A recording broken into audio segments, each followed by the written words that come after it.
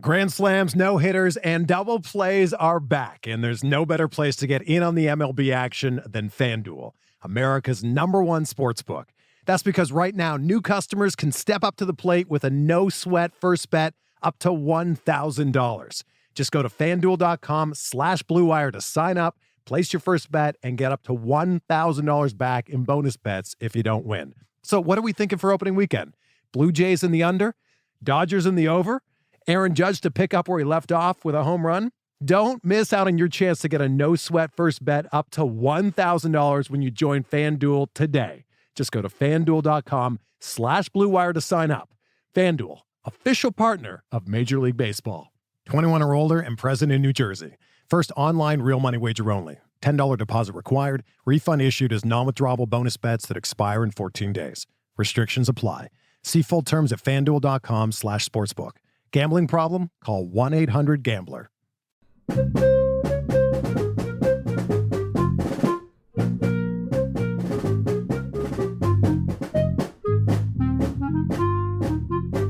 Hey everyone, welcome to The Final Four is Not on the Schedule.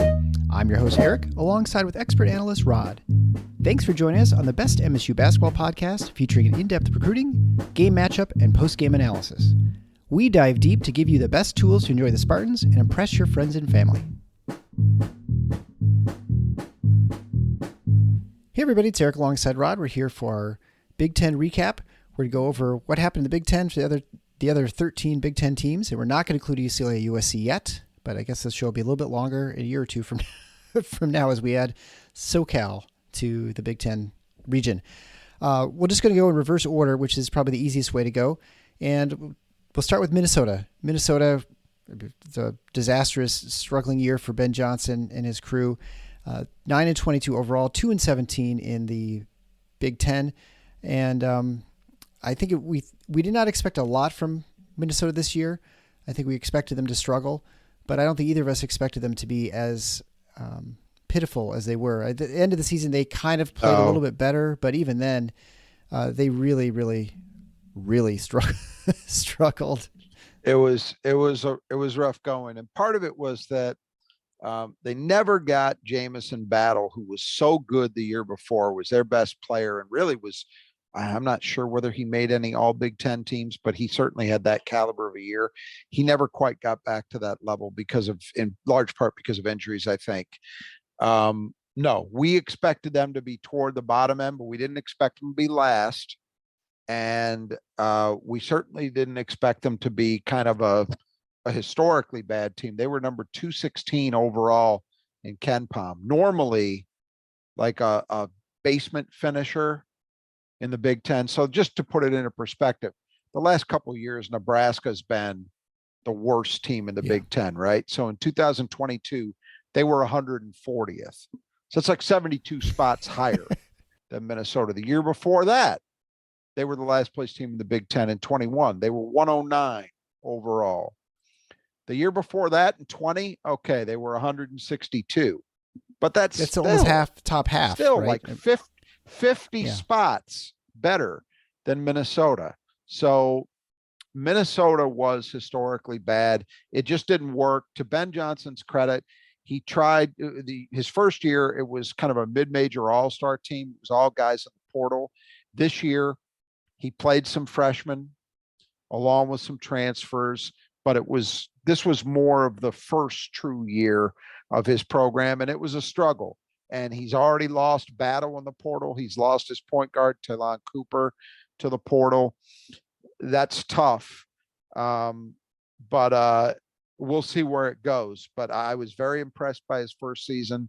Not as impressed by this year, but I understood why it happened. We'll see where it goes from here. Yeah, I think you had them finishing 13th. I had them finishing 11th, and obviously underperformed both of those.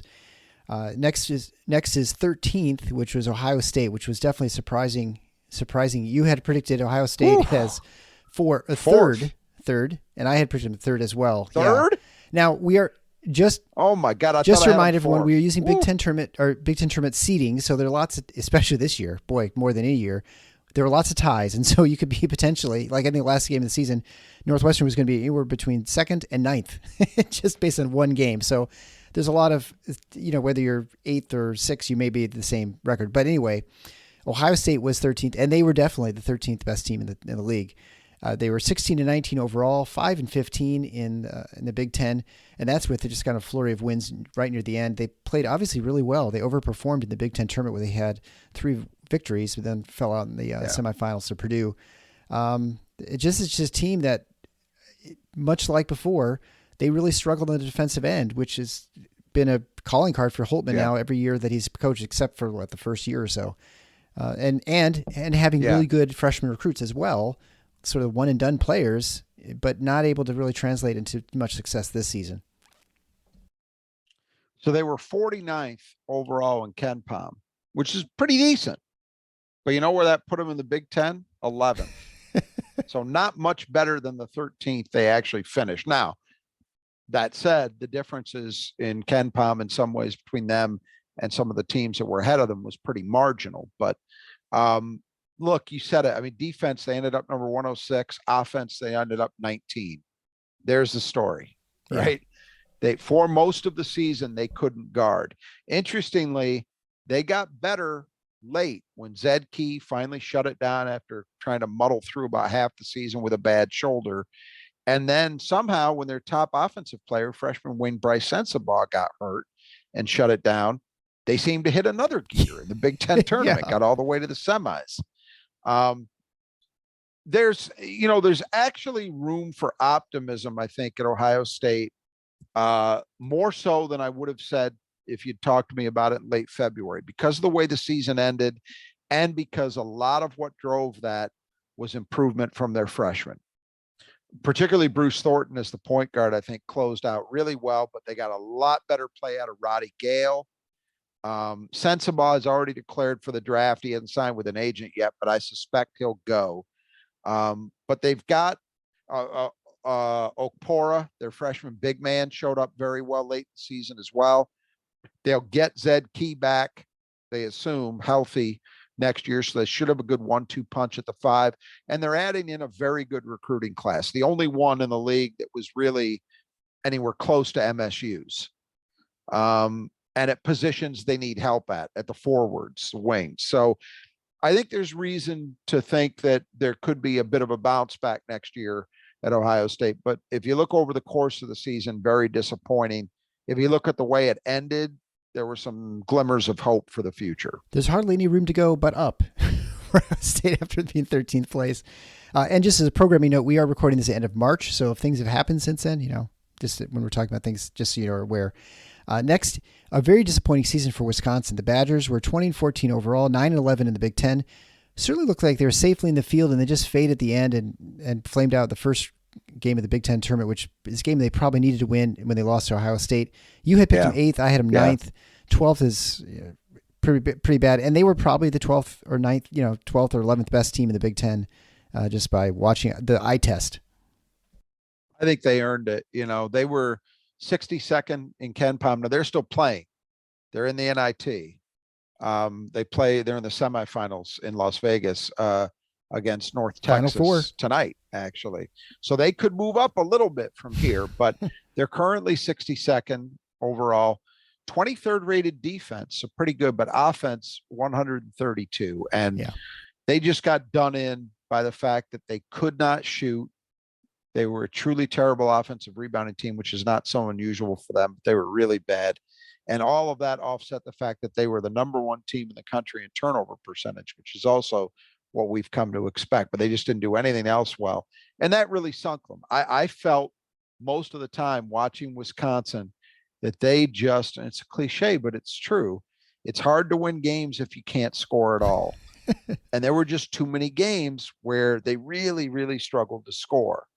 Their 3-point shooting was good-ish early, but really took a nosedive as the year went along. And I mean, they're currently just number 164. It's a tick over 34%. So that's not enough. But even so, having said that, if they were in games where they were struggling to get any production from 3, I mean, it was over. They just could not score enough. So it remains to be seen what happens. Greg Gard has never felt like he was on rock solid turf, even though he's been in that job for a while now. It's never felt great for him, in part because he followed a legend in Bo Ryan. And even though he's had success, he's won some Big Ten championships. He hasn't had the kind of run that would convince people that, oh, he's obviously our guy for as long as he wants to be here. So it'll be interesting because this has been a disappointment. There's no two ways about it. You don't make the tournament at Wisconsin, that's a disappointing season. And how he bounces back from that next year remains to be seen. Yeah, I think the performance in the NIT really makes it a little difference on that. I don't think many people pay much attention to that. So no, he's always going to be on I don't the edge. think it's I don't think even winning it, I don't think is going to make people feel much better about their season, So number 11th was Nebraska, and this is a team we both had picked as 14th, and they finished 16-16 in the overall, which is not a losing season. It's not a winning season, but not a losing season. They're 9-11 in the Big Ten.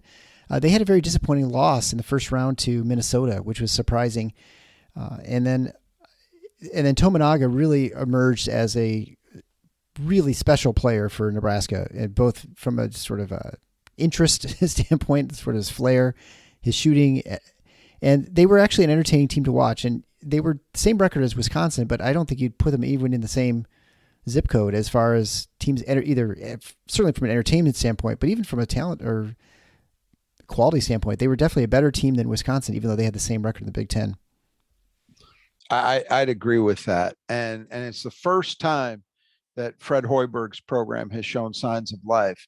Interestingly, the primary reason that happened, though, was on the defensive end. He's known as an offensive coach, but his defense, they ended up 94th overall in Ken Pom, but 69th on the defensive end and then 150th on offense.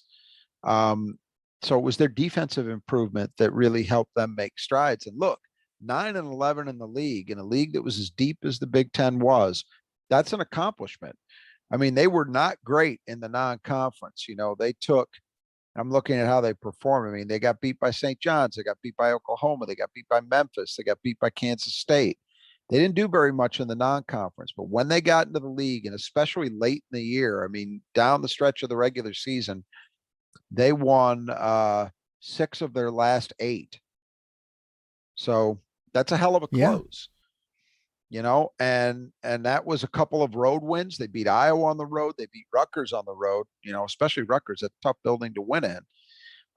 So it was a successful season by my evaluation in Nebraska, especially relative to expectations. You mentioned Tominaga's emergence was huge offensively. They also got really good play out of a couple of their veterans, out of Derek Walker. Then one of their grad transfers, Sam Griesel, gave them very solid play at the point. I think those were all keys to Nebraska getting better. But it'll be interesting to see what happens. They're going to be active in the transfer portal again.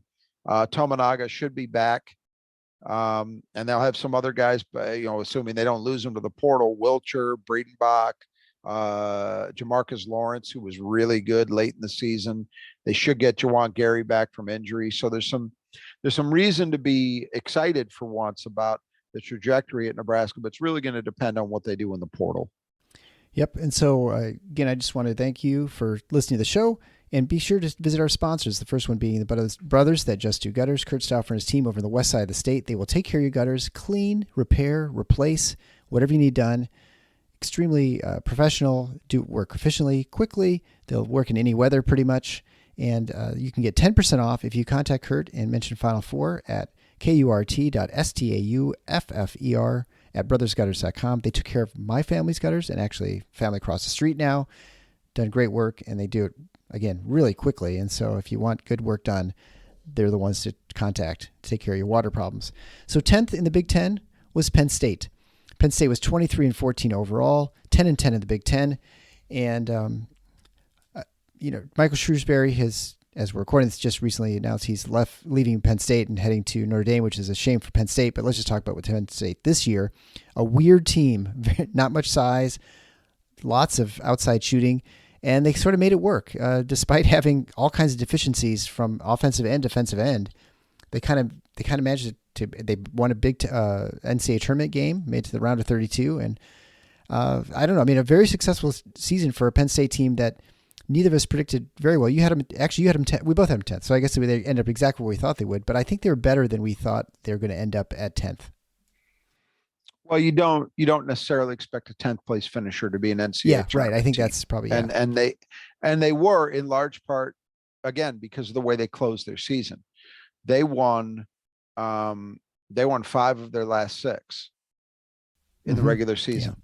That made the case. And then if they needed to make any further case, the fact that they went out and got themselves to the final of the Big Ten tournament, as I predicted, I'm gonna claim success on that one because I didn't have as much success on the regular season finish. Right. But that nailed it. And then they validated that by blasting Texas A&M and then really giving Texas a very competitive round of 32 game before falling by 5. I am torn in talking about Penn State because I loved watching this team play. And I think so much of Micah Shrewsbury as a coach. I'm very, very dissatisfied that he left Penn State. And I don't blame him. I blame Penn State. For sure. From everything I've heard, Penn State was reactive and unwilling to demonstrate the kind of commitment that frankly should have been there. Even before the NCAA tournament, just based on the way he closed the season. This was a flawed team. As you said, no size really playable, very little. And yet they went out in a league that is dominated by size across the board and found ways to compete. And trust me, nobody wanted them in the NCAA tournament because the way they play is so difficult to match up with. And Shrewsbury got the best out of what he had. Unbelievable season for Pickett. In a normal year, Pickett's season would have been Big Ten Player of the Year worthy. Yeah. A couple big men around the conference will prevent that from happening, but he was great, had great players around him. Lundy, Funk, all those guys. I'm just so dissatisfied that Penn State couldn't show commitment. And I mean, even beyond the coach's salary, it's about more than that now. What are you going to do in NIL? What kind of facilities do you have? What kind of pool is there for assistant coaches' salaries? All those kind of things were responsible for them losing him to Notre Dame. And I think that's shameful. Yeah. You feel like with Penn State at this point, they have pretty much shown themselves to be the least interested in basketball of all the 14 teams in the league by quite a bit, I think. And that's unacceptable. I think that this is the point. I've heard this story that several years ago, the SEC, and I hate using the SEC as a comparison point because I think so little of them as an entity. Obviously not in terms of ability to compete athletically, but I just mean morally, academically, I just climately, right? It's third world. But anyway, one thing they did that I admire is they apparently, the powers that be in that conference, meaning the commissioner's office and maybe even some of the more respected athletic directors, went around to some of the schools that had basically treated it as a sport, as a sideshow to spring football, non-revenue generating sport. Hey, all these television rights dollars that we're bringing in, you need to start devoting some of this stuff to your basketball programs. And if you look around, that league has made huge strides in terms of the caliber of coaches that it has, and that's where it starts. And then you've seen some improvement on the playing side as well. I think, now there are rumors as to what Penn State will do. There are rumors that they will bring in Mike Rhodes from VCU. If they do that, then I can't say it's disastrous.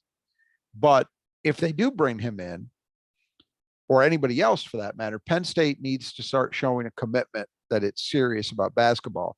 And if they're not willing to do that of their own volition, I think it might be time for the Big Ten, once it decides on who the next commissioner is going to be, at least, to have some version of a come to Jesus conversation with Penn State about its basketball. Because that's just, and I say this I want every team in the league to be competing. I'm a Michigan State fan, of course, but I want every team in the conference to be competing because in part that makes Michigan State better. Sure. And I just think it's shameful that Penn State have the kind of season they had and have it followed up by what they showed in terms of lack of commitment. Just awful. Next would be Rutgers at number 9. That's exactly where you predicted them. I had them as 8th. They finished 19-15 overall, 10-10 in the Big Ten. They beat Michigan to knock Michigan's tournament hopes off in the first round of the Big Ten. Then they lost to Purdue in the second round. And that is a team that lost Mahmoud Mag, 8 games left in the Big Ten. I'm going to guess around there. They lost during the Michigan State game, and they just were never the same. They faded down the end. They also were controversial in some respects because they were unwilling to change their game against Minnesota, and then to allow Michigan State an opportunity to play Minnesota, and so that game had to get canceled. And then ironically lost at Minnesota in that game as well. I've been a fan of Steve Peichel and what he's done at Rutgers. And I still admire it because it's been historically a very difficult place to win at. He's done it. But the way the thing with MSU was reportedly handled was disappointing. And it's taken a little bit of the shine off that program in my eyes, at least. They lost 6 of their last 8 in the regular season, so they've got nobody to blame but themselves. They were the most controversial omission from the tournament field, in part because they were number 39 in KenPom. I'm not sure where they were in net, but I believe it was in the top 40s somewhere. And rarely do teams in those spots get left out, but sometimes it happens. And in this case, there was controversy around it, but I don't think anybody felt like it was an incredible injustice that was perpetrated. Rutgers earned their omission. Again, you lose 6 of 8 down the stretch. You beat Michigan, which it was said, well, that's an elimination game, meaning the loser was definitely out. That was true. But I think there was a feeling generally, okay, Rutgers has probably done enough. Their case is probably good enough that win gets them in. And then they played Purdue in the quarterfinals and lost by 5 in a very competitive game. They didn't embarrass themselves, but they were out. And then they ended up in the NIT. And after making, 2 tournaments in a row? And it would have been 3, but for the COVID cancellation. And they lost in the first round against Hofstra in the NIT because, frankly, they didn't care. Yeah, right. And the best indicator is, what the score of that game was? 88-86. If Rutgers is playing in an 88-86 game, even in overtime, they didn't care. Yeah. They didn't care. Defensively, they were great. Number 6 in the country. Offensively, as is usually the case, they struggled. Number 151. And that was largely a result of being completely unable to shoot the ball well. Defensively, they were really good in everything except defensive rebounding, where they were mediocre. It just didn't, Rutgers was an experienced team. I liked them. I liked the way that they played over large parts of the season, but it just all kind of fell apart down the stretch. And, you have to judge it as an unsuccessful season for where they are currently. Yeah. And we'll see where Steve Peichel can take them next year. Certainly feels like a step backwards from where that program was going. Well, he's losing some guys, right, Yeah. He's going to lose. He loses Cam Spencer and McKahey. Mulcahy would be eligible for another year. McConnell is done. So it's really McConnell and Spencer. 2 of those 3 starting guards are gone. I'm not sure. I'm not entirely up to speed with every single portal decision, but I believe that they haven't had a decision yet on Mulcahy. That would be big if they get him back. And then obviously Cliff Omarui in the middle would be a big decision as well. All right. So next would be the University of Michigan Wolverines. But before we go to that, let's talk about Michigan. You know who doesn't like Michigan, Rod? Gabe and Brittany at Nudge Printing. They dislike Michigan so much they don't even print Michigan gear. They only print Michigan State stuff and all the other schools in Michigan for the most part. Central, Eastern, Alma, Calvin, Michigan Tech, Wayne State, Saginaw Valley State, Grand Valley State. If you need their gear, you can go to the Nudge Printing at nudgeprinting.com. Enter in Final 4. You get 20% off of checkout. High quality screen printed sweatshirts, hoodies, t-shirts. You won't go wrong by buying any of their stuff. I have a bunch of this stuff. I know Rod has some stuff. Everything is super high quality and great. And they also make our gear. So if you want to get stuff with the Final Four, it's not the schedule logo, you can go to Nudge Printing and get it there.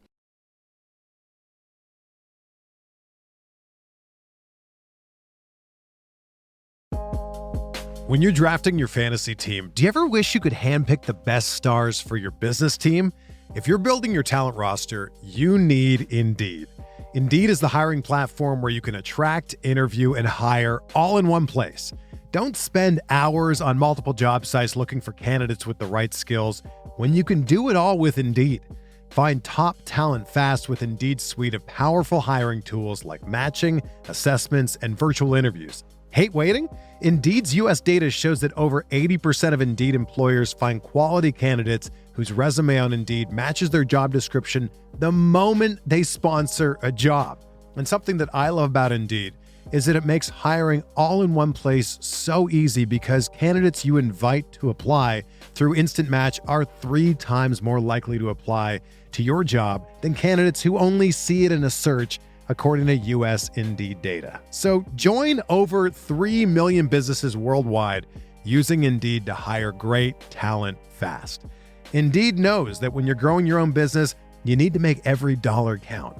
That's why with Indeed, you only pay for quality applications that match your must-have job requirements. Visit Indeed.com/Blue Wire to start hiring now. Just go to Indeed.com/Blue Wire. That's Indeed.com/Blue Wire. Terms and conditions apply. Cost per application pricing not available for everyone. Need to hire? You need Indeed. The all-new Chevy Colorado is made for more. Stacked with the latest in-vehicle technologies like a class-leading 11-inch diagonal center touchscreen and an extra-large wireless charging pad. Plus, it features wireless Apple CarPlay and Android Auto compatibility to make staying connected easy wherever your adventure takes you. Chevy Colorado, made for more. Learn more at Chevrolet.com/truck/Colorado. Claims based on latest competitive data.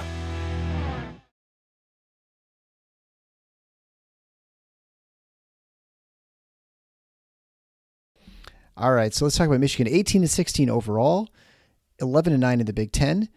She gives them an 8th place finish. You had them as 5th. I had them as 7th, so I was closer, I guess, in that respect.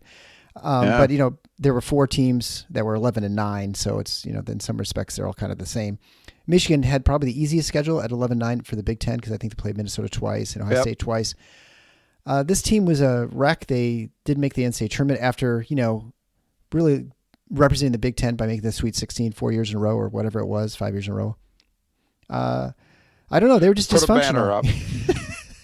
It couldn't happen to a nicer team. Look, there were a variety of issues with Michigan. Now you look at the overall picture, it doesn't look that bad. They're 45th overall in KenPom, 48th on offense, somehow got all the way up to 47th on defense. And I frankly don't know how that happened, because I still think that was a bad defensive team. Early in the year, their NCAA tournament fate was decided before January 1st. It really was, because they just didn't beat anybody. I mean, they did get a blowout win over Pitt, which looked like not a big deal when it happened, but Pitt ended up becoming an NCAA tournament team. So that one helped them.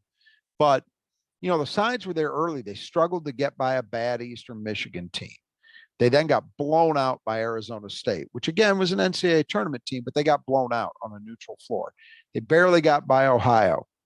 They only beat Jackson State by 10. They then lost tight games to Virginia and Kentucky, but they still lost. They rebounded to beat Minnesota in the league, but then struggled to beat Lipscomb by 8. They lost to North Carolina by 4, which at the time looked like not such a big deal, but Carolina wasn't a tournament team. Then this was the big blow. They lost by 2 at home to Central Michigan, who ended up number 334 in KenPom. Is that bad? And if you want to point to one game that ended Michigan's season short of the NCAA tournament, that one was it. It was the loss to Central Michigan. And the Big Ten, as you say, the record in the league was okay, but they played the easiest schedule. They never really built up. I mean, when I look at wins, their best wins, I'm looking at this, at Northwestern and at Rutgers, which are not bad, but they're not earth-shaking. No. They're not the kind of earth-shaking that they needed to do. And they got into the NIT. They beat Toledo by 10, and then they lost in an incredible collapse against Vanderbilt on the road in the second round. So they were out at that point. And that was actually indicative of their season in a lot of ways. Can't close Michigan games. was just really awful in late game situations, in tight games, just awful. And that all combined to do them in. So one of those things, their future to be determined. They've already had Jet with 2 T's, Howard, declare he's leaving for the draft. He's not coming back. So he's done. What happens with the rest of the roster, particularly Kobe Buffkin and Dickinson, remains to be seen. I am of the opinion that the best thing that could happen to Michigan's program will be Dickinson deciding to go elsewhere, whether that's professional life or transferring to another program, but I don't know if that's going to happen. I just think he sucks up all the energy in the room. He sucks up so much of what they can be offensively or defensively because he's giant and effective around the rim, but he also can't move. So that has negative ramifications. And you have to then account for that with everything else you do around him. And same problem Purdue has, by the way, which we'll get to. But I personally, if I were Michigan, I liked some of the things that Terrace Reed showed. And if I were a Michigan fan, I would probably be okay with Hunter moving on down the line and starting the Terrace Reed era, because I would at least think I could get more offensive, defensive balance out of the position. But I don't know if that's going to happen. Buffkin is a big decision because if Buffkin comes back, he could be a first team all Big Ten guy next year. He's that good. He was really good in the second half of the season, really good. But I get the sense that the NBA is very possible for him. So we'll see. Yeah, I think, there are a number of teams that really are affected by the portal. And I think Michigan's going to be one of, Michigan, Illinois, Ohio State are going to be really active in the portal. Yeah. And I think, even speculating at this point, and again, we're recording this at the end of March, who's going to be around and who's going to transfer out. And I mean, I think it's going to be very much in flux for quite a few months still with Michigan. So it's hard to know what they're going to be. Moving on to number 7 was Illinois. They were 20-13 overall, 11-9 in the Big Ten. First round loss in the NCAA tournament. They were not really that competitive in that game. And they're, let's see, you had them as 4th. I had them as 2nd. So we were both off by quite a bit on this finish. I don't know. I mean, they're a team that had all kinds of promise, and I was convinced by my friend that they were going to be really good. And boy, when they played Michigan State, they looked pretty good. I mean, Matthew Meyer looked really great, but they just never could quite have any sort of level of consistency. And that probably speaks a lot to your point you've made many times, that just the transfer and the lack of culture and the consistency playing with a team, it just wasn't there. And this is a team that brought back, I think, Coleman Hawkins and Melendez, I think, and Goody were the only people returning from the team before. And I think, they hardly, those guys, even aside from Hawkins, the other guys hardly had played. Yeah, it's interesting. There was an article that came out last night. Unfortunately, I wasn't able to read it because it was behind a paywall on an Illinois site. But apparently, Brad Underwood was doing some ruminating about what changes he may need to make to get his program to compete at what he thinks is the appropriate level, which is contending for national championships. Full court press. It's not going to be that. I would expect it has something to do with the way he's approaching recruiting, because right now it's not working. I mean, he went heavily into the portal last year, and look, Terrence Shannon had a great year, and Meyer individually did some really good things at times as well. But can you really say that was a success? Danger showed potential, and he's already announced he's coming back. And then they lost some guys. Could they have used Granderson for another year? Yeah, I think so. I think he made a bad decision because I don't think Duke handled him appropriately either. So I think that was a lose-lose. But they've already lost the Epps kid as well as Sky Clark. So they've lost both of their freshman point guards from last year to the portal. Clark's already decided he's going to Louisville. Epps just hit the portal today. So it remains to be seen what happens there. But they were just a exactly what I said I thought would be the problem, which is the lack of continuity. I don't know how you expect to find a consistent level of play. And that's exactly what they were. At times, they look great. You look early in the season, they beat UCLA and they lost one to Virginia after that, but they beat UCLA, they beat Texas.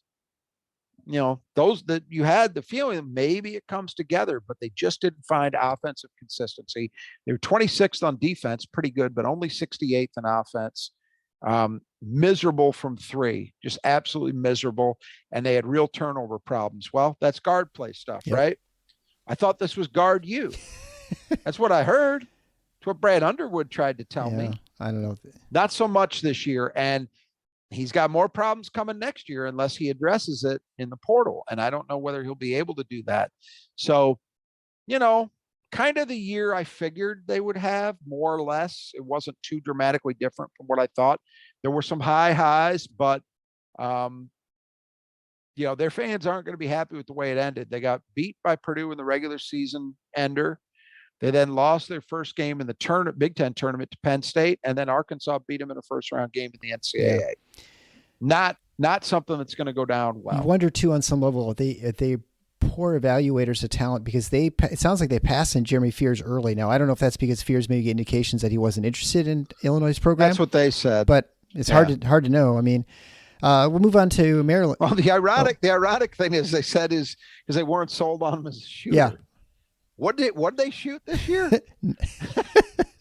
It's just hilarious. But anyway, that program, other than Michigan, man, right now, currently the Big Ten, that one gives me the most entertainment and gets me fired up more than anybody, just because Brad Underwood just can't stop saying stupid.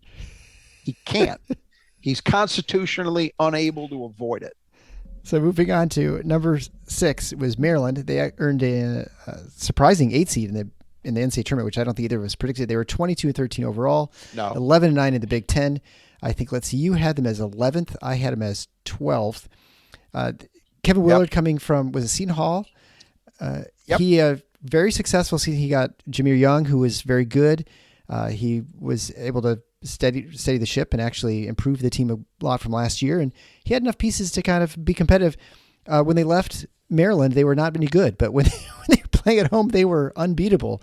So kind of a funny team in that respect. Yeah. 24th overall in KenPom, 33rd on defense, 37th on offense. So pretty solid consistency. I give Kevin Willard a lot of credit because I did not see this. I thought it was going to be a build process for him, but he got that team with some pretty key portal additions to play coherently at both ends. And I mean, he didn't have much of a bench. He basically had a rotation that was 5, 6, 7, not 8. many. I mean, kind of 9 guys, but not really, more like 8. And he got it done. I mean, a solid regular season. He gets into the tournament, beats West Virginia, and then got blown out by Alabama in the second half of that second round game. But still, overall, relative to what realistic expectations were, I don't think you should be dissatisfied if you're a Maryland fan. And the good news is their point guard, Jameer Young, announced today that he's coming back. So that's a big one. Yeah. And potentially, depending upon the decisions that guys make, at least I haven't heard anything to the contrary, they could have 4 of 5 starters back. Hart and Scott are eligible to take a COVID year if they want. And Reese was only a sophomore this year. Young's already said he's coming back. So if he can get all 4 of those guys back, and then, he's done a decent job in recruiting this year, maybe makes a portal addition or 2, Maryland could be right back in that spot or better even. Yeah. I mean, I was impressed with what he did. I thought he was a decent hire and about the best they were going to be realistically able to do under the circumstances. But I will admit I wasn't knocked out. I think it still remains to be seen if he's a guy who can tap into the considerable potential that exists in that job. But no complaints with his first season. So number 5 is the Iowa Hawkeyes. They finished 19-14 overall, 11-9 in the Big Ten. They were the 4th team that was 11-9. They had the highest with tiebreakers. They went out. They had earned an 8 seed in the NCAA tournament, lost in the first round. Chris Murray was following his brother Keegan Murray. I don't know. Iowa, it was there. I think they finished about what we thought. You had them as 7th. I had them as 6th. So pretty much basically the same as 5th. And they were a team that didn't play defense, had pretty decent offense. Surprisingly, was poor shooting team than I think I'd anticipated. And I don't know. I mean, I think I worry about them next year. Certainly, they're going to have really struggle next year, I think. But they were sort of just what they were this year. They were, I guess, what everyone expected. Not much more to say.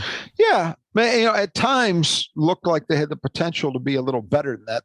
They ended up 40th overall in Ken Pom, 4th on offense, which is what we've got used to, in part because they take such good care of the ball. You mentioned they actually didn't shoot it from 3 very well, but they made up for some of that because they didn't turn it over. They were a pretty good offensive rebounding team, and they shot 2s decently. That's where somebody like Rebraca really helped exactly. them. But 3-point shooting was very mediocre, which we're used to them being a little bit better. But defensively, they ended up number 168, which is the 3rd worst finish for a Fran coach team ever since he's been on the job. And that says something. That is really, really bad. They were just, if you're used to Ken Pom, you know that green is a positive indicator. You did well in that area. Kind of a whitish is sort of in the middle. And red, you don't want to see red or pink. And there's a lot of red on that defensive profile. They couldn't stop teams from hitting 3s, couldn't stop from hitting 2s. They were mediocre in terms of their defensive rebounding. I mean, it was just a rough go. Yeah. As you mentioned, we expect they're going to lose Chris Murray to the NBA. They will definitely lose Rebraca.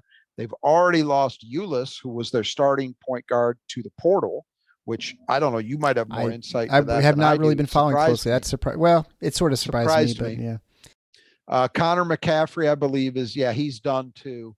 So it's going to be a new era at Iowa.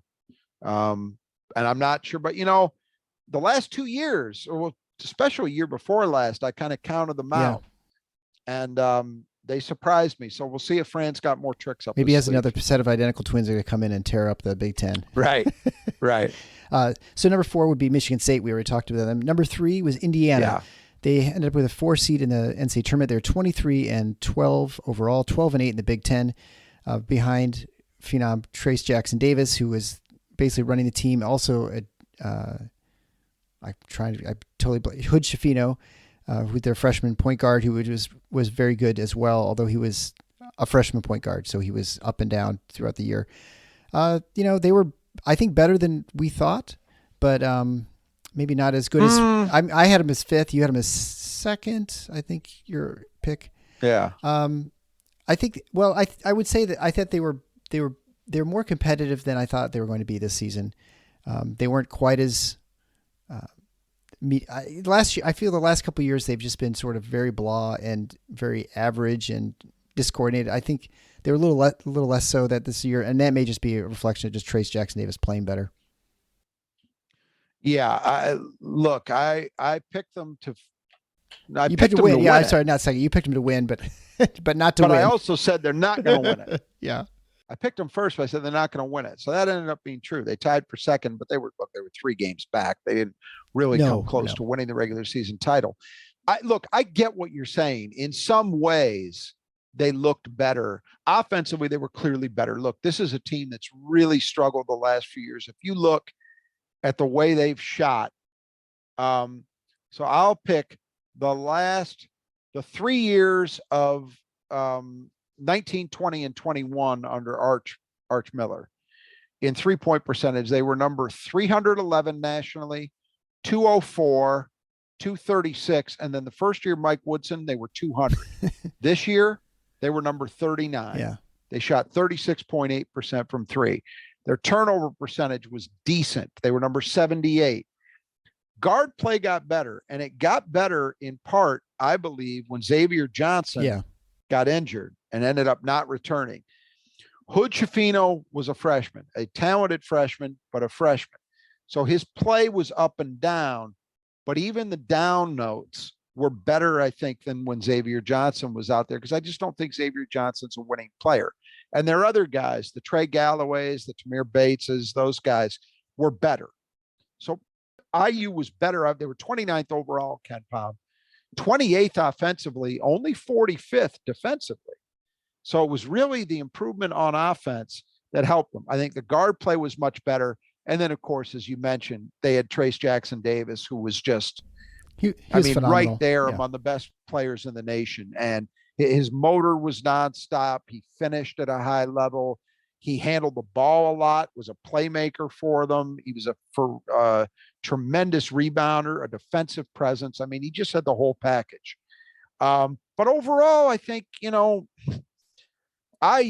brought a lot back last year. They brought a lot back because they had guys come back for COVID years, and then and Trace Jackson Davis didn't go to the pros, and they bring in 2 McDonald's All-Americans. So you look at that picture, and that's why people were picking them to win it. They didn't win it. Weren't close. They lost, they won one game and then lost in the semis in the Big Ten tournament. They won one game and then got absolutely raked by Miami in the second round of the NCAA tournament, which doesn't look as bad in retrospect because Miami's going to the Final Four. But still, that's a game that when I saw it happen, I said, IU should be ashamed of themselves for the way they played in the second half. They were there, they had a chance to win that game, I think, and then just completely caved. They looked like they were running in molasses, which was a problem for them at times this year. At times, they just looked very, very slow to me, and I'm not sure why. But overall, decent year. I think the question is, what can Mike Woodson do to build on it? Because he's going to lose a lot. Jackson Davis is done. I got to believe Hood Schifino is going pro.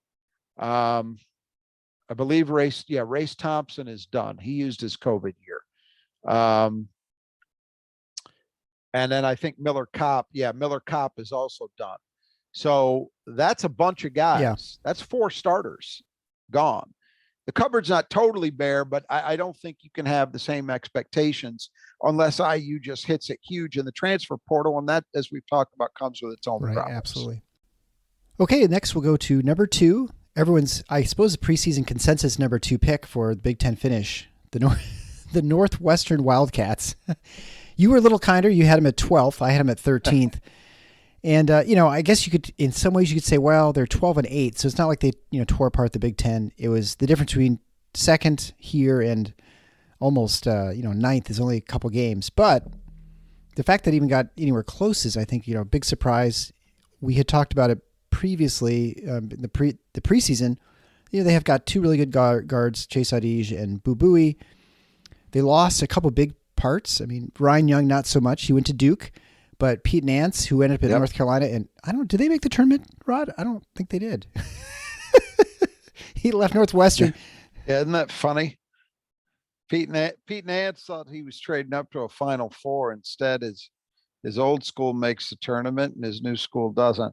Yeah. And look, and Young was a significant loss too, in that, he was right. A valuable player for Northwestern. And so you looked at it coming into the season, and my thought was, well, they've got those 2 guards that can score, and Ty Berry is a third guy who's shown some potential over time. But boy, it's Robbie Baran and then a bunch of not so proven guys, and you really had to wonder, where does the offense come from? But I think what we discounted. And that was largely true. I mean, Northwestern ended up with only the 88th ranked offense. This was not an offensive juggernaut. And oftentimes, when you watch them play, it really did come down to what do they get from their 3, we'll include Berry, their 3 guards. Do they get enough? And if they don't on a given day, they're going to have it'll be like we talked about with Wisconsin. They're going to have a hard time scoring enough points to win. But I don't think we anticipated their defense would be as great as it was. It ended up as the number 20 defense in the country. And they were just really, really good. And they were good, I think, for a couple main reasons. One is, the obvious one, is their perimeter guys were very aggressive in terms of trapping, playing passing lanes, without gambling. It was half-court stuff. It wasn't like they were full-court pressing. But they were so good at forcing opponents into mistakes that it really helped them. And it also helped them Sure. offensively at times too, because they were able to get some easy baskets Right. generated off that stuff. I think the most obvious sign of it was they were the team that I think, and we're going to talk about Purdue last here, but they were the team that really provided the key to how you have to play this Purdue team. Yep. Because they beat Purdue and really kicked off that end of the regular season run where Purdue was no longer invulnerable. And they did it primarily by absolutely swarming Zach Edey. Those guards were coming from every angle, and it wasn't just double teaming. They'd triple team him. They'd have 4 guys on him at times, and not just on him, but going aggressively at him, trying to strip the ball, trying to disrupt his dribble, all of that stuff. And it really worked. And so you started seeing other teams begin to do that against Purdue. And I think that lasted straight through to what happened to Purdue in the tournament, which we'll talk about in a few moments, because I think Fairleigh Dickinson did something similar. So Purdue's defense was really good for that reason. And the second reason, maybe a little bit unsung, but I've talked about Matthew Nicholson, ever since he was recruited. He was a product of Clarkston. He was on the same team that Foster Lawyer, and even though Thomas Kithier didn't end up being eligible to play, he was on that team, but he didn't play a huge role. He got more minutes after those guys were gone.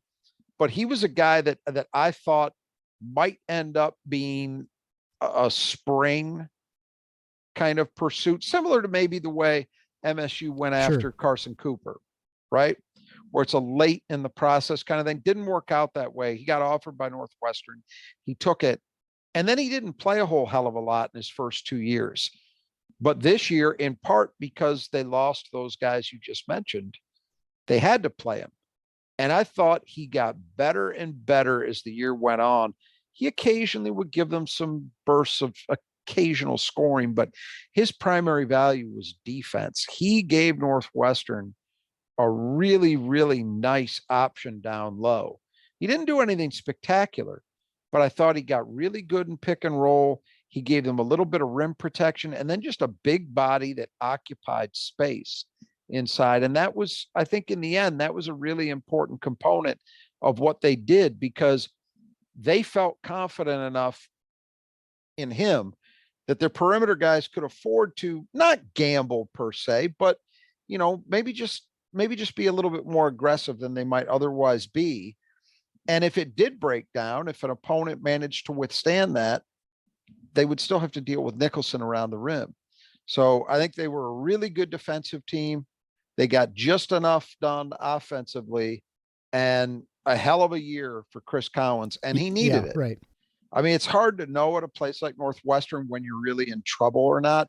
But since their tournament breakthrough several years ago, I mean, it's been a while, and Northwestern did not seem to be getting better. Like they seem to be getting further away from being a tournament team. And for them to recover, get to the tournament, win a game, right? Mm-hmm. And then and finish tied for second. I think that's a tremendous season. Now, we don't know what next year is going to hold, but for now, I think you got to look at this season as a year that certainly should buy Chris Collins more time. Yeah. I mean, I don't know if second place is the best ending they've ever had in the Big Ten, but it has to be. Oh, yeah. Well, certainly in the modern era. I mean, that's the thing. When I look at their team, I felt like when was their last tournament team? Was that the 18 16, season? 17, something like that. Yeah, 16, 17. Okay. That team, I felt watching them game to game, felt like a better team than this one to me. Oh, yeah. They were certainly better offensively, but honestly, in terms of where they finished, certainly in the standings, now it was a very different year in the Big Ten, but this team was better in that way. They finished higher. You're right. That team, I forget where they finished in the standings, but I don't even know. They might have been top 4, maybe. But I don't think so. Without looking. I'd be surprised they're that high. They might not. They might have been like 6th. Yeah, they were an 8 seed, so they couldn't have been that high up in the standings, I wouldn't think. Okay, right. So they probably were like 6th or 7th, something like that. But this team, this team really, and I would say this too, to me, the fairest way to evaluate the job that a team, its coaches, its players has done is how close to their ceiling do you think they came? And it's pretty hard, in my opinion, to argue that Northwestern didn't come closer to maxing out what they had than anybody else. They may have shattered it. I mean, you can talk about anybody, Purdue, whoever. They came closest to maxing out. Yeah, I don't think there's any question. And yeah, now looking over, actually, Northwestern has won the Big Ten, which I don't remember this back in 1931 and 33. We've been around a while. there you go. So you're almost 100 years now.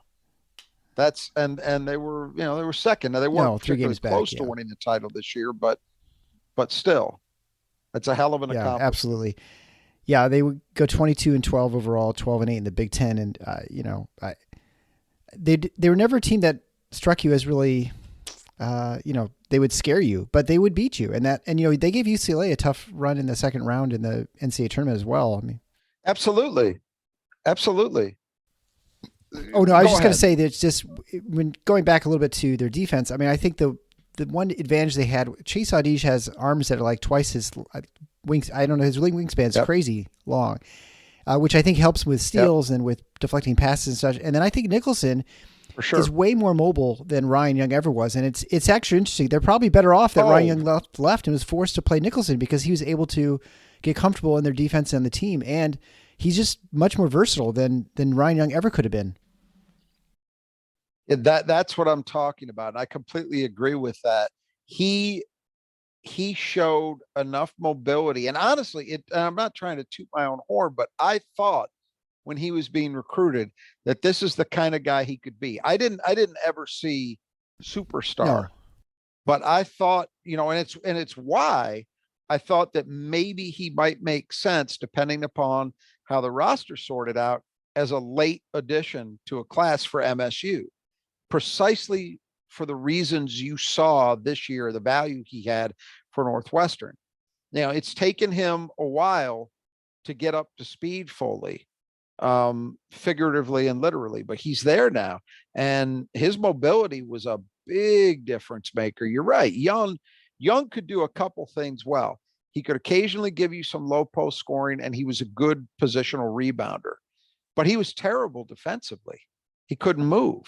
And you'll notice too, by the way, maybe not coincidentally, that Duke's season really took off once Derek Lively, their all-world freshman, finally was healthy enough and together enough as a player to start playing the lion's share of the minutes, and Young kind of moved to a deeper reserve role. When he was playing a more prominent role, Duke wasn't as good.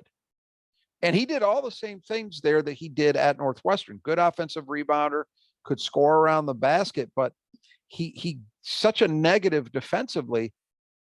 I mean, we talk about this a lot during the season.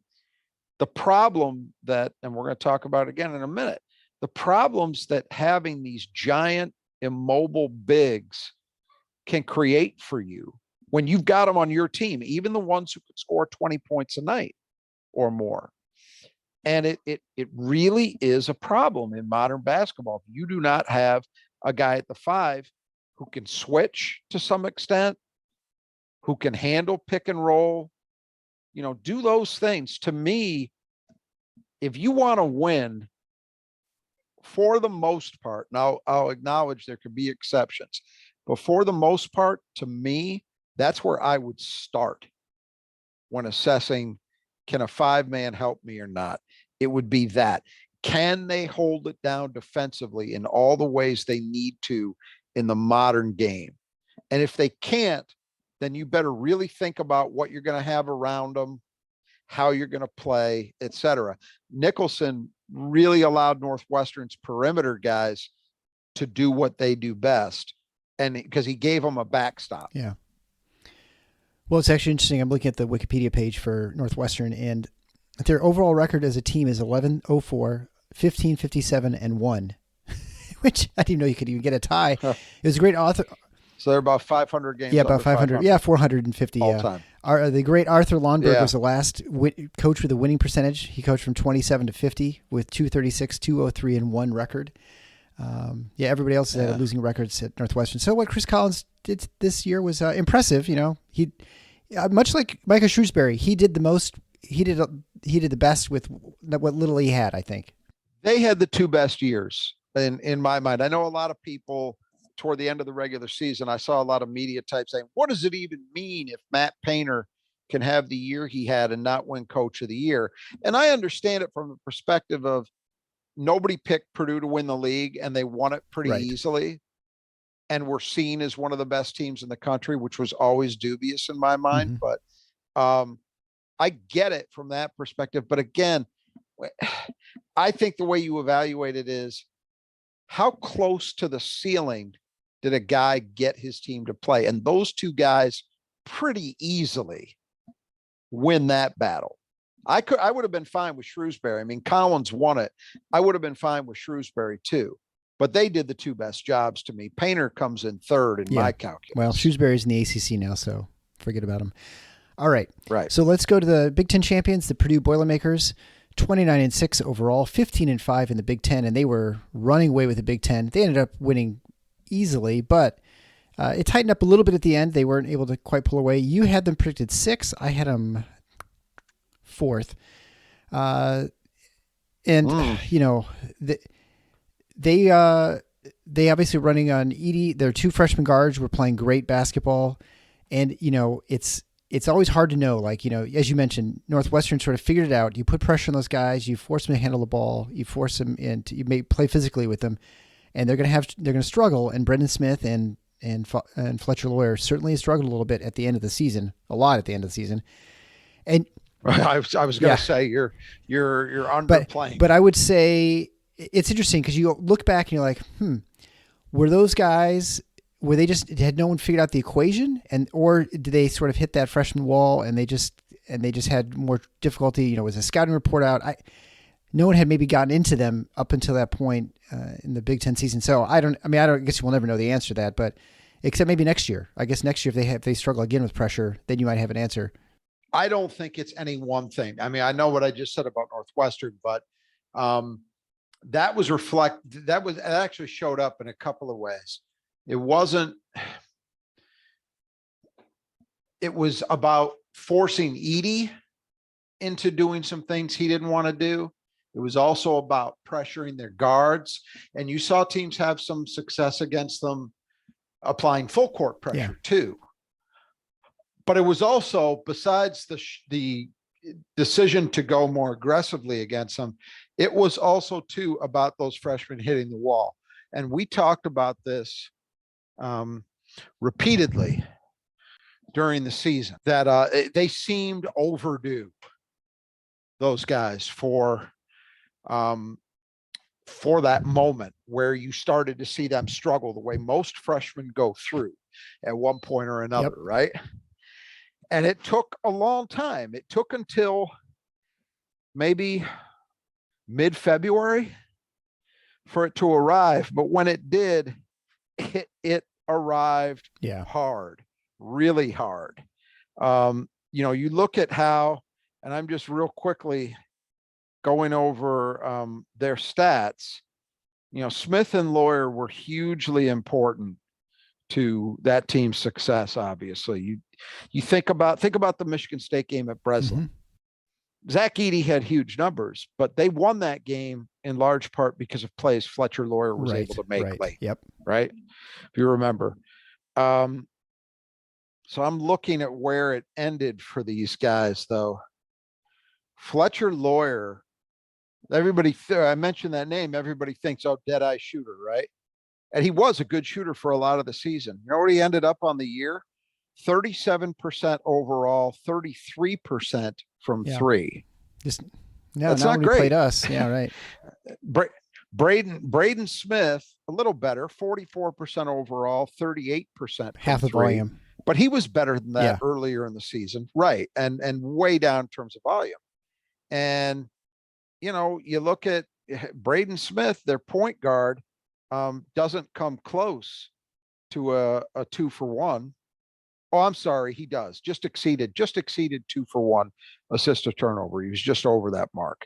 So he was okay, but I think both he and Lawyer really struggled ball handling. They just struggled with all the things you would expect a freshman to struggle with because they haven't gone through an off-season weight training program, and Purdue's pretty good at that. I would put Purdue historically, meaning, the last, well, they go back even longer than MSU. They go back to the beginning of the Katie era. Purdue's probably unmatched over the last 40 years in terms of a very effective strength and conditioning program. Michigan State has been very good over the last 25 years or so, I would say. So I think they're going to get better, but as true freshmen, you would expect they would struggle some with strength. Their conditioning might start to hit a rut as they got late in the season. Well, that's what happened. And they just weren't physically or mentally able to be strong enough with the ball. And so teams were able to get into them. And if you watch them closely, in my view, they started leaning on their more experienced guys like David Jenkins, the transfer they had from Utah, and Ethan Morton and Brandon Newman. They started leaning on those guys more late in the year because the freshmen were struggling so badly. But the problem is those guys have more experience and they're stronger, but they weren't as good. They just weren't as capable as the freshmen had been earlier in the year. So those were things that really hurt Purdue. I would say the other thing is this, and I maintain that this is true. I've talked about it a lot here. I'll continue to say it. The problem you have when I'm talking about the NCAA tournament, because look, whatever we say about Purdue, the regular season was a big success. You win the Big Ten regular season, you win the Big Ten tournament, you win the Big Ten regular season by 3 full games. That is a successful regular season. And they had a great non-conference too. There's no getting around that. That's all great. But this sport, you are evaluated firstly, fair or not, by what you do in March. And Purdue has struggled in March relative to expectations for a long time. And I think in this current era, we'll say the last decade, Matt Painter, we always joke about it, right? He's got a type. Anytime you read about a 7'3" guy, you figure, oh, he's going to Purdue. And sometimes it actually works out that way because they have a guy like that all the time. For about a decade now, he's built his teams around players like that. A lot of success, a lot of wins, some Big Ten championships. All those things have happened over that period. But you know what hasn't happened? Frequent March runs. They've got one run in that time to the Elite Eight. That's it. No Final Fours. Not enough even Sweet 16s to say that they've met expectations, right? Why is that the case? I would argue when you build your team around a player like that, and they do, and when you play a player like that, you're almost forced to build your team around him because that kind of guy, a big but largely immobile player, is going to dictate everything else you do around him. They suck up all the oxygen in the room, so to speak. This is true for Purdue. It was true for Michigan with Dickinson. It was true for Illinois when they had Kofi Cockburn. It just is. And I think that you saw in that game against Fairleigh Dickinson, people tell, well, why didn't Purdue adjust? I would argue they couldn't adjust. They didn't have the capability to adjust because they played one way for an entire season. And they played that one way because they didn't have any other way they could play. Zach Edey, who had a fantastic year, was so significant to everything they did offensively that, of course, everything was going to revolve around him. He's the force in the middle and everybody else is in orbit around him. And defensively, because he can't move, you can't adjust there either. You can't decide you're going to play pick and roll differently because he can't move well enough to hedge. So it dictates and locks you in to playing one way. And I maintain that your best bet for NCAA tournament success is that you are capable of playing very different games and being competitive in all of them. You have the ability to adjust, you have the ability to change things on the fly, and you have the ability to play different kinds of opponents and in different styles of games with equal effect. That is, all of that is something that is beyond Purdue as they have been constructed. And I think it hurt that the freshmen hit a wall. This was not a particularly good deep shooting team. Purdue's had much better ones. This one was not good from three. They struggled some with turnovers late in the year. They were a good defensive team, but they had some weaknesses, namely Edey can't move. That creates problems. It creates opportunities, rather, for opponents. But I just think you can sum it up by saying Purdue could not respond to a team that played a very particular kind of approach, and Purdue couldn't counterpunch. They couldn't adjust. And so they lost. Yeah. And, only the second one seed to ever lose in the first round, but honestly, when you compare that game to Virginia losing to Maryland, Baltimore County, this was a way bigger upset. By Ken Way Palm bigger. standards and analytics, right? Yeah. And Every standard, I think. Look, yeah, every standard. Fairleigh Dickinson wouldn't have even been in the tournament, except that the regular season and conference tournament champions, Merrimack, is not yet eligible to play in the tournament because they're only in, I don't know, is their fourth year or fifth year in D1. So the NCAA has some weird rule that when you petition to join, to move to a new level, you have a certain number of years in which you're not yet eligible for the tournament. Don't ask me how that makes any sense at all.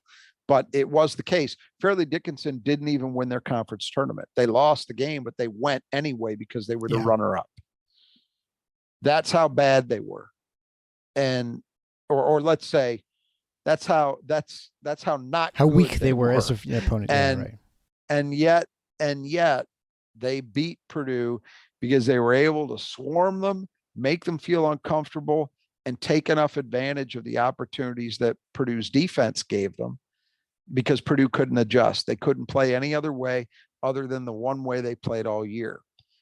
I've also heard it speculated that some of this, it's interesting to note, and it makes some sense intuitively to me, but I have not heard him directly quoted on it, that Matt Painter I know this is true. He believes very deeply in the value of deep basketball analytics. And part of the reason he has been compelled to move toward this approach is that it makes sense analytically. You have a guy like a Zach Edey, you're going to shoot a very high percentage around the rim. You play it out over the course of 30 some games, and his approach, generally speaking, is going to be successful. The problem with that is what works over that large a sample size, I don't think can be assumed to play out the same way when you have to win 6 games, mostly of progressively more difficulty in the NCAA tournament.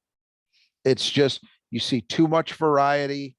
It's too susceptible to the things that can go wrong, even with an overall analytically sound approach in a one-game scenario. I've said the same thing about Alabama, and we see Alabama didn't even get to the Elite Eight. Right. Now, was it because of the decisions that Nate Oates makes? Well, you can argue that, but I'm as convinced as I am of anything in college basketball terms. It is this: if you want to win 4 games, or especially 6 games, you better be able to play different ways. And if you can't, you're in trouble. And that's what happened to Purdue, in my opinion. Yep. All right. Well, we'll wrap it up there. And I guess another reminder to visit our sponsors at Nudge Printing at nudgeprinting.com, and also go to the brothers at Just Do Gutters if you live on the west side of the state and need gutter work. So until next time, the Final Four is on the schedule. Go green.